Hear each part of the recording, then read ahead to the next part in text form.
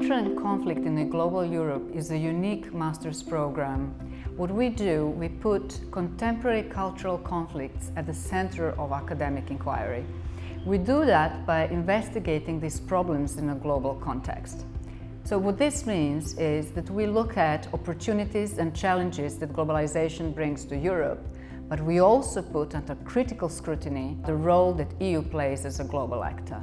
I think that there's definitely scope to kind of take whichever route you want, whether you'd like to focus more on the cultural aspect or the conflict or marry the two of them together. I was very interested in conflict already in my undergrad, so I think it was so cool to have this opportunity to specialize more on conflict itself, and I really like that it's an interdisciplinary program, because then I felt like the phenomenon of conflict itself is in focus. The approach that it takes in wanting to understand Europe, like the essence of it, like looking at culture and looking at conflict and how those two things, it sounds quite simple, but how those two things mix in a certain way in Europe and how that mix has produced, the continent that we have and the union that we have.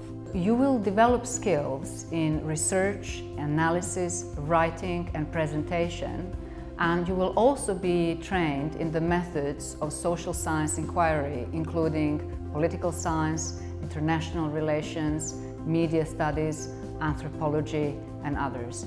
Ours is a truly multidisciplinary and interdisciplinary program. I think that conflict and culture in global Europe is a degree that is a bit more nuanced, both in its name and in its application when you're studying.